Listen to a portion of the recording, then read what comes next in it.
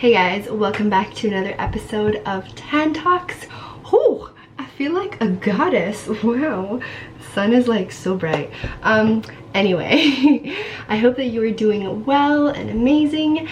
I just finished my last assessment for my term here at UniMelb, and wow, it feels surreal. I cannot believe my term just ended basically, and what? Oh my gosh, I can't believe it. I am so happy, and I don't know what to feel. Also, I am going to Perth in 5 hours. Yeah, I don't know why I thought it would be a great idea to like film right now. Oh, it was because I had some time on my hands. Yes. So I just wanted to talk about the 10 things that I have learned here on my exchange to the University of Melbourne. And yeah, let's go on it. Let's go on it. Let's go do it. Woo! By the way, they aren't at all in any like chronological order. It isn't from like least important to like most important or whatever. Okay, one of the first things that I learned is that pushing yourself does have great benefits. I pushed myself to go out during the first couple of weeks, especially in Melbourne, and I kept saying yes to things, saying yes to hanging out with people, and not being afraid to put myself in situations that I found myself initially uncomfortable in. For example, if you watched my previous video about having social anxiety, you know that I have anxiety, and sometimes I would find myself feeling really scared to approach people or hang out with people because I didn't feel like I was wanted there or needed. I pushed myself, and I basically neglected all of the negative thoughts that were in my head, and I just kept doing things, and I kept putting myself out there, and I benefited so much from that, because I know if I didn't do that, I would have not experienced a lot of the great things that I was able to during my stay here. Okay, now with pushing yourself, you also have to learn to rest and give yourself space. You need to know also when to say no, especially when you are sick. And after the first couple of weeks in Melbourne, I guess I put my body under a lot of like physical activity, and I just came down with a really bad cough and cold. And during that time, I kind of still pushed myself to go out, which did not, you know, better my situation. But you also need to give yourself rest. You need to know yourself enough to give yourself space from like social gatherings and you know, after school activities that you know will completely drain all your energy levels. You need to leave some energy for yourself.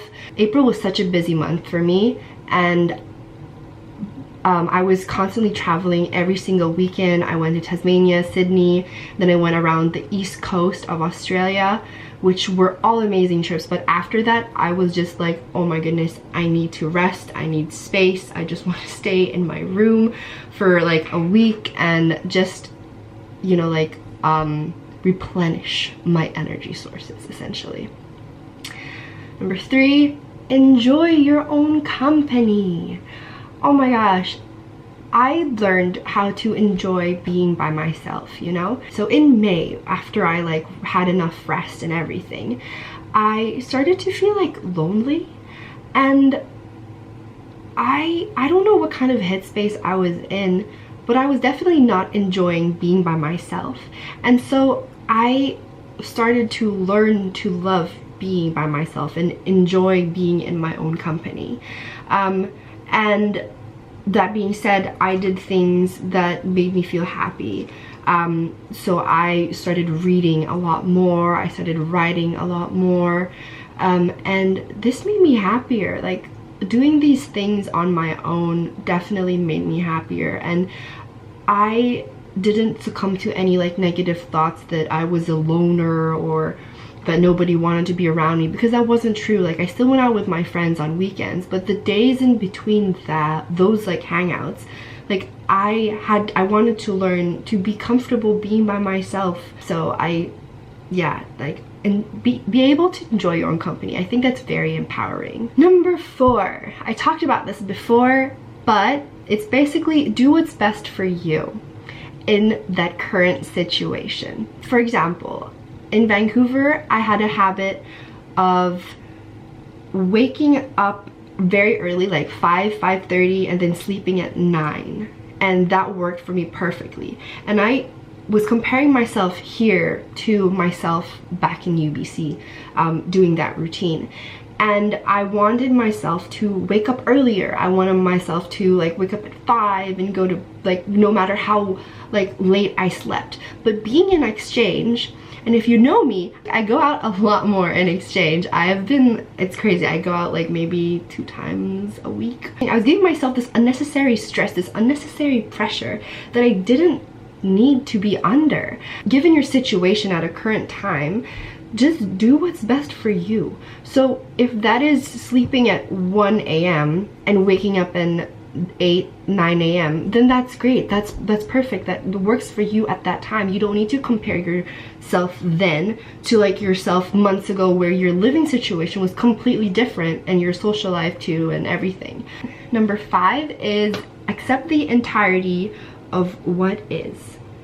And I think this is also because I just finished the book The Power of Now, which took me a while to finish because I did not allocate the time for it, but then I learned to. But you need to surrender in the current moment, and you need to be able to accept what is. Don't compare what is to what isn't, because that creates this gap in between, and that gap is what basically causes disappointment or like negative emotions. So when you are very open to what happens and just surrender to the now, you are more liberated. You are more in an enlightened state of mind. This is not to say that you can't have emotions or feelings, or just be like, oh, I can't be sad and I really want to be sad, and it's just like, why? It's more just like, let yourself feel what you are feeling. So focus on the emotion that you are feeling. So if that is disappointment or sadness, then let yourself feel that. But then like disassociate it with anything, or who caused it or what caused it, and then like let yourself let it go, and let yourself be content with the now, because I promise you, this is so liberating. Honestly, it just clears up so much in your head, and then you were able to like move on with life much easier. Number 6. If you really want to do something, you will make the time to do it. This is so true. So in April, as I said, I did a lot of traveling. And even though I did a lot of traveling, I also put myself under a lot of stress to get my work done. But I wanted to travel. And honestly, I couldn't have imagined a better way for it to work out. You have to be real with yourself. You have to be like, what do I really want to do? What are my priorities? And put in the time to achieve them. Put in the time to do them, because you are in charge of your life. You're in charge of what you do every single day. I made the conscious decision to film this video 4.5 hours before my flight. Okay, so when I really want to do things, I have learned to make the time for them.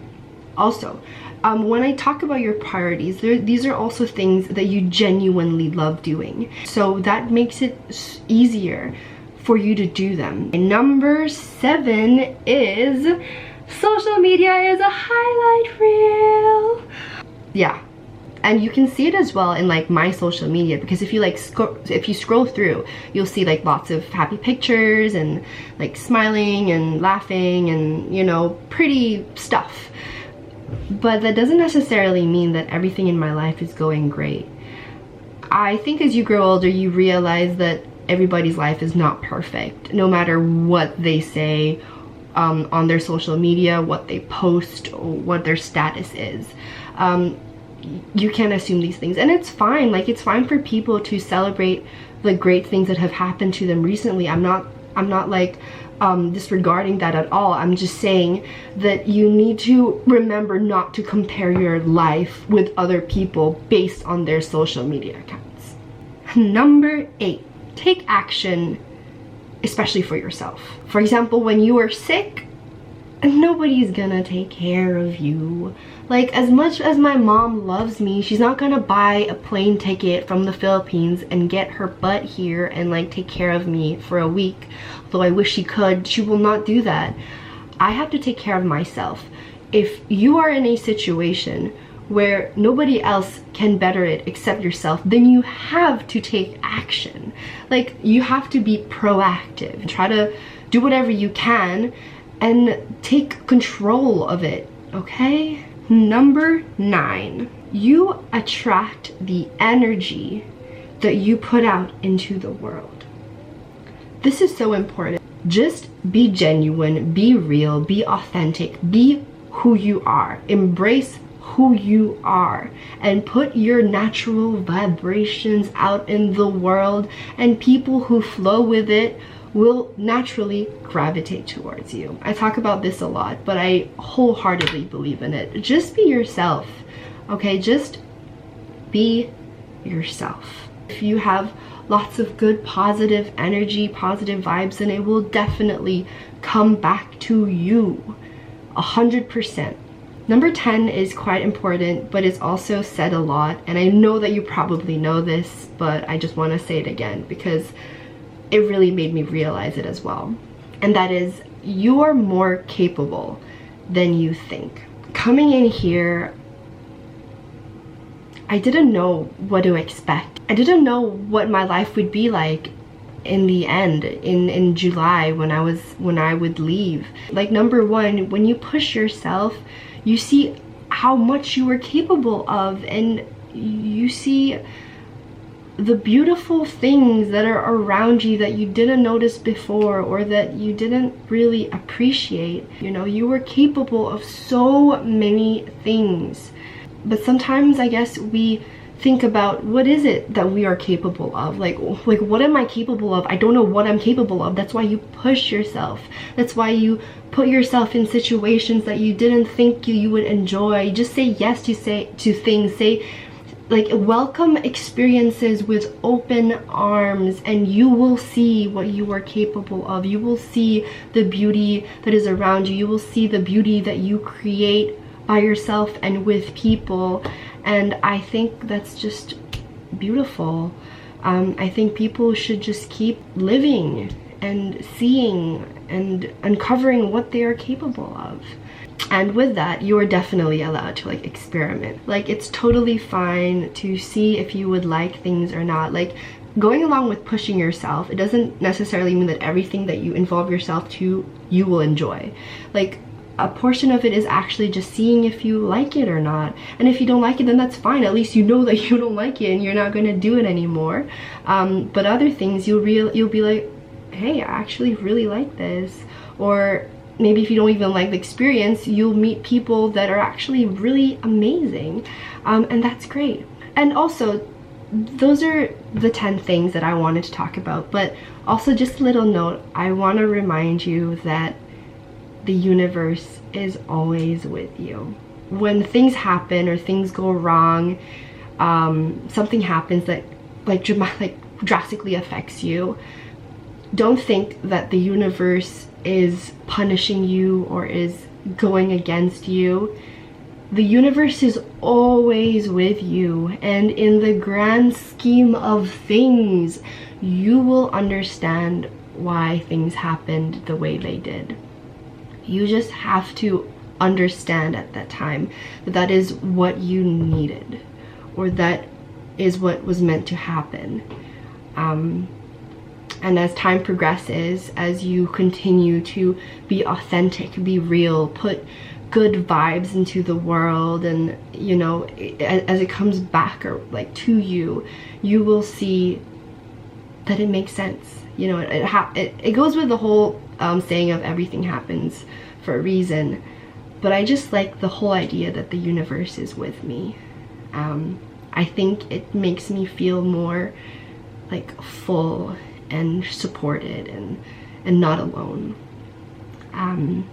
So yeah, those are the things that I learned here on my exchange. I hope that you guys enjoyed this video. If you went on exchange, I would love to know what you learned on your exchange. I hope that you guys have a wonderful, lovely day, and I'm sending y'all lots of love. Okay, now I gotta like actually get ready for Perth, so bye.